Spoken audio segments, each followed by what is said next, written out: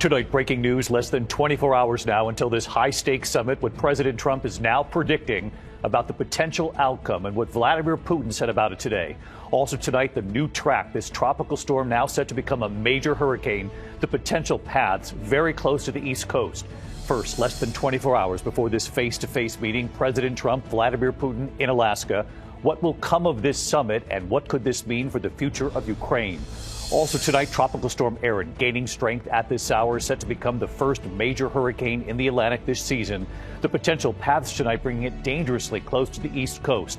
And the key factor that could determine if this hits or if it's held off the U.S. Tonight, the scene unfolding outside an event with California Governor Gavin Newsom. Heavily armed Border Patrol agents conducting an operation right near the event. Newsom there to talk redistricting, the Border Patrol raid outside. Tonight, the governor saying we will not be intimidated. Tonight, the fiery plane crash into a neighborhood in Florida. And now the images, residents using a fire extinguisher and garden hoses to try to save the family. Tonight, the teacher accused of killing a mother and father on a hiking trail with their young daughters. Tonight, in court, pleading not guilty. And what we've now learned, what those daughters were able to do after surviving this. Tonight, the newly released images showing the arrest of a pilot accused of intoxication. What they ask him as they remove him from the cockpit moments before that plane was going to take off for Chicago. Protesters in the streets after President Trump's federal takeover of the police in Washington, D.C. Alarming images tonight, the van erupting in flames outside a terminal at one of America's busiest airports. Tense moments, an alleged drunk driver crashing into this construction site on an interstate. That construction involving radioactive material. Tonight, the rare sighting off the East Coast, the great white shark seen near several popular beaches. And tonight, scientists warning of an invasive tick, relatively new to the region, spreading a debilitating infection across parts of the U.S., from the northeast to the south. From ABC News World Headquarters in New York, this is World News Tonight with David Muir. Good evening. It is great to have you with us here on a very busy Thursday night. We're watching this growing storm set to become a major hurricane now, and the new forecast tonight, the potential paths coming very close to the East Coast. We'll take you through the possible scenarios in a moment. But we begin tonight with this high-stakes summit between President Trump and Vladimir Putin, face-to-face in Anchorage, Alaska, this time tomorrow night. Both the president and Putin looking to define expectations tonight, what each of them said today. And the bigger question, of course, what could this mean for Ukraine? In Moscow, Vladimir Putin calling President Trump's efforts to try to reach an agreement on Ukraine, quote, sincere. But Putin also made it clear he has other goals. President Trump tonight saying he believes Putin would like to see a deal, but also says he gives this a 25% chance of failing. ABC's chief White House correspondent Barry Bruce leading us off from Alaska tonight. Tonight, on the eve of their high-stakes summit in Alaska, Russian President Vladimir Putin trying to lay the groundwork, heaping praise on President Trump. Putin saying the current American administration is making quite energetic and sincere efforts to stop the hostilities, stop the crisis, and reach agreements that are of interest to all parties involved in this conflict. Putin saying Trump wants to create long-term conditions for peace, both between our countries and in Europe and in the world. But the Russian leader saying he has other goals from this meeting that go beyond the war in Ukraine, that he wants to discuss nuclear arms control. The Kremlin saying trade and economic cooperation will also be on the agenda. Trump today not ruling out those conversations, but saying his focus is on ending the war. I think that President Putin would like to see a deal. I think if I weren't president, he would take over all of Ukraine. But I am president, and he's not going to mess around with me. But Ukrainian President Zelensky, who won't be in the room, says Putin is bluffing. And today, Trump admitting he thinks there's a 25% chance this summit will fail. But if it doesn't, Trump says he wants to quickly bring Putin and Zelensky together for another meeting, even saying Zelensky could join them here in Alaska. I think President Putin will make peace. I think President Zelensky will make peace. We'll see if they can get along. And if they can, it'll be great. And David, one big question, will President Trump hold a joint press conference here tomorrow night side by side with Vladimir Putin? The White House press secretary said that was the plan, but Trump later saying, though that would be nice, if the summit doesn't end well, he'll just have his own press conference and head home. David. Mary Bruce, part of our team's on the ground from Alaska all the way to Ukraine, and Mary will be on the air with me this time tomorrow. The moment we see those leaders, we'll be on the air live. Mary, thank you. We turn now to Tropical Storm Erin gaining strength, on track to become the first major hurricane of the season in the Atlantic. The new forecast just in, and tonight what this could also be, a new tropical depression forming in the Gulf we're watching that's heading toward Texas. But first, Tropical Storm Erin. You see it right here, churning in the Atlantic, slowly gaining strength at this hour, but ready to head into warmer waters, expected to become a major Category 3 hurricane. The forecast models tonight showing its potential path, some dangerously close to the U.S. The key factor, a cold front now hovering over the East Coast that could determine if this is held off the coast. Meteorologist Brittany Bell from our New York station WABC watching this closely for us again tonight. Hi, Brittany. David, Erin will kick up dangerous rip currents along the East Coast starting midweek. So let's get right to the latest. It's still a tropical storm, max sustained winds near 60 miles per hour.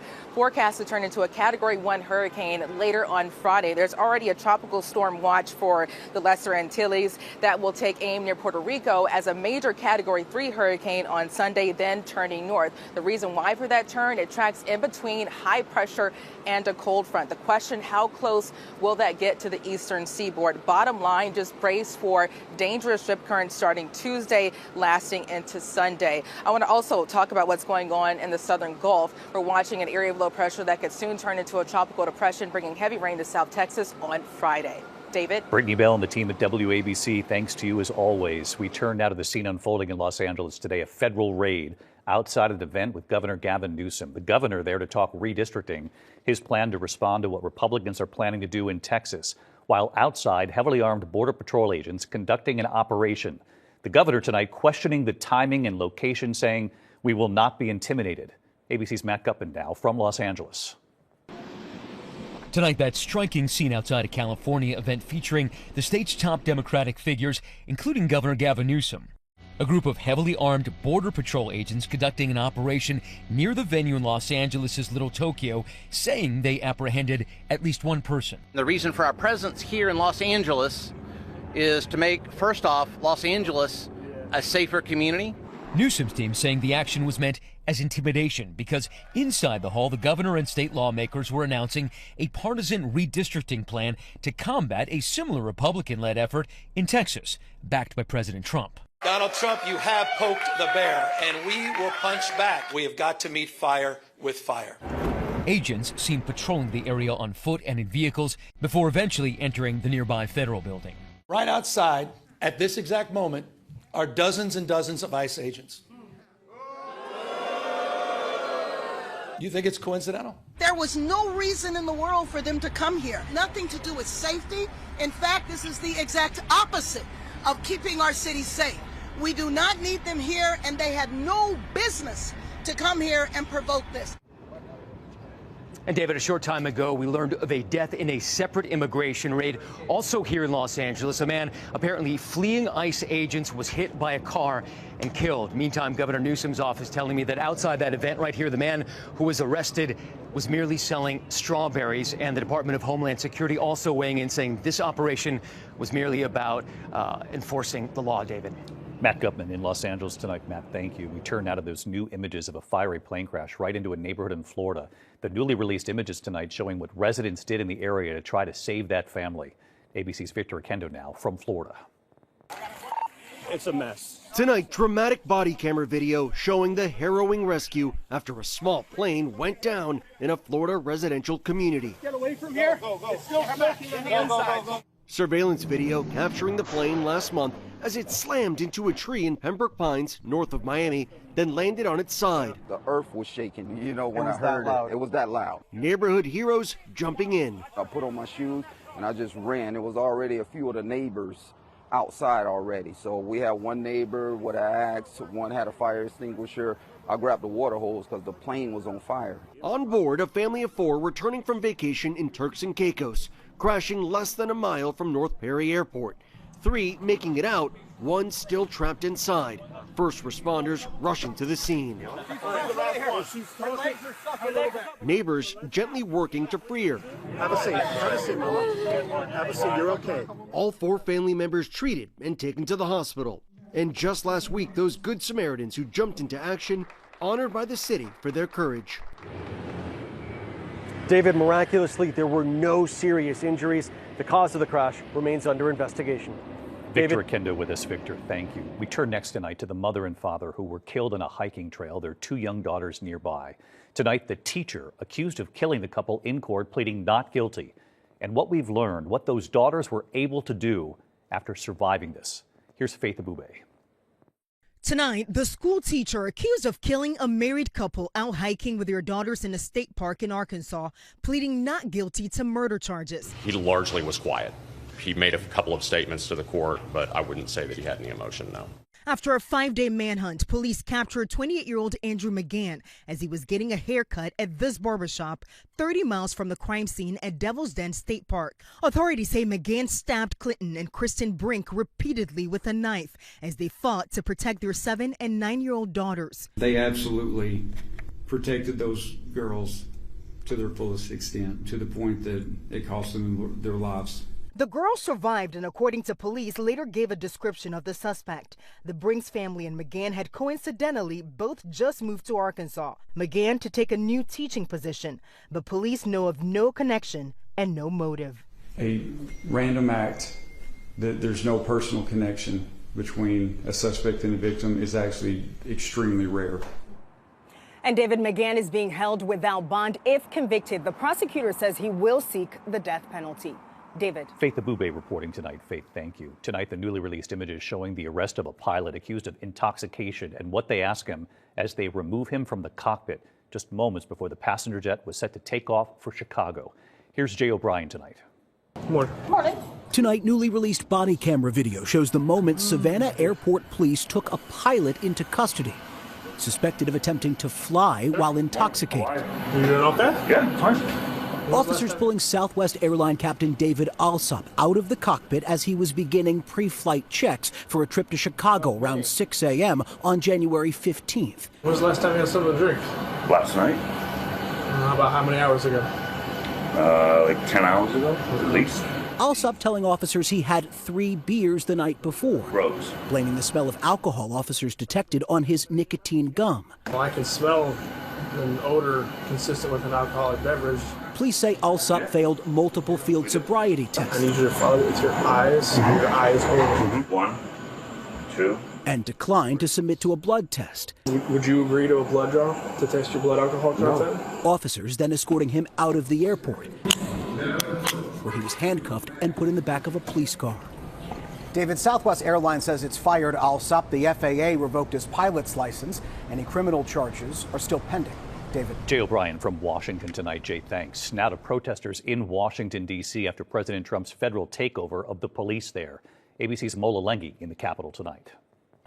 Overnight, protesters confronting federal law enforcement officers on the streets of Washington, D.C.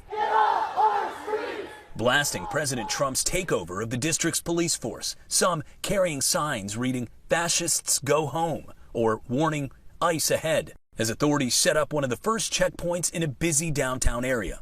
The White House saying at least 45 people arrested, the majority undocumented immigrants. And tonight, under tremendous pressure, D.C.'s police chief announcing plans to increase cooperation with federal immigration officials. The Pentagon today saying all 800 National Guard troops have been mobilized in the district, working in shifts around the clock, assisting with patrols and other duties. While several hundred National Guard troops are ultimately expected, so far today their presence has been sparse, set up at just a few locations throughout D.C., like Union Station here. And tonight we're learning that the man accused of throwing a sandwich at a Customs and Border Protection officer Sunday evening has now lost his job at the Justice Department, according to Attorney General Pam Bondi. Bondi said today Sean Charles Dunn has been fired. He's facing a felony charge of assaulting an officer. We reached out to his attorney, but have not heard back. Well, President Trump indicating he wants to see this so-called crime crackdown extend beyond the 30 days initially allotted to him. And today, the Pentagon doubling down, saying that these troops here, of course, pulled from their civilian lives, will remain here, quote, until law and order has been restored, David. Mola Lenghi in Washington. Mola, thank you. Tonight, Air Canada has begun canceling flights ahead of a strike by flight attendants set to begin at 12:01 Saturday morning. 500 flights expected to be canceled tomorrow already, with a full shutdown on Saturday. affecting 130,000 customers every day. Nearly all of the 10,000 flight attendants voting to strike. Wages are the chief sticking point. To the U.S. economy tonight, a new report showing wholesale prices with the biggest monthly increase in 3 years, the biggest hike involving produce. The Producer Price Index, as it's called, rising 0.9% in July. Prices are now 3.3% higher than a year ago.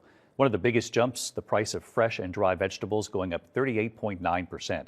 Economists say businesses facing higher costs, potentially due to tariffs, likely passing costs on to consumers. When we come back here tonight, the dangerous crash on the interstate involving radioactive material. An alleged drunk driver crashing into a construction site involving that dangerous material. We'll have more in a moment. Also, a van erupting in flames outside a terminal at one of America's busiest airports. And look at this, the rare sighting off parts of the East Coast, the great white shark seen near several popular beaches. Much more news ahead here in a moment. Tonight, alarming images showing an explosive van fire outside a terminal at Hartsfield-Jackson Airport in Atlanta. The van bursting into flames in the upper-level passenger area. Traffic was diverted to the lower level until firefighters put out the fire. No one was hurt. A hazmat team in Washington state responding to a highway crash involving radioactive material. Authorities say a driver slammed into a construction zone, hitting several vehicles and a piece of equipment with a radioactive core. Part of State Route 16 was closed for hours as a precaution. Authorities say there's no danger to the public tonight. That driver arrested for alleged DUI.